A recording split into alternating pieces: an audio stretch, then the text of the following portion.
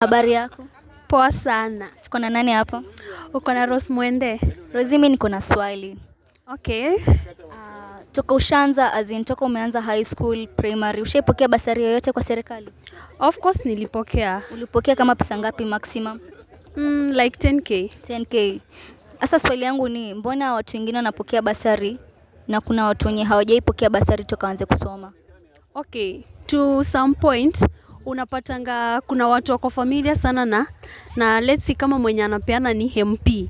So according to your village unapata like your sub chief ako na watu wake. So watu wake kama basari forms zimetokea, anawachukua, anawaandikisha majina then anapeleka. So most of the times unapata watu wengine hawajapata juu hawajakuwa informed. So unaweza sema ni kufavor watu wengine na watu wengine hawajakuwa favored ama? Of course wanafanyanga favorism.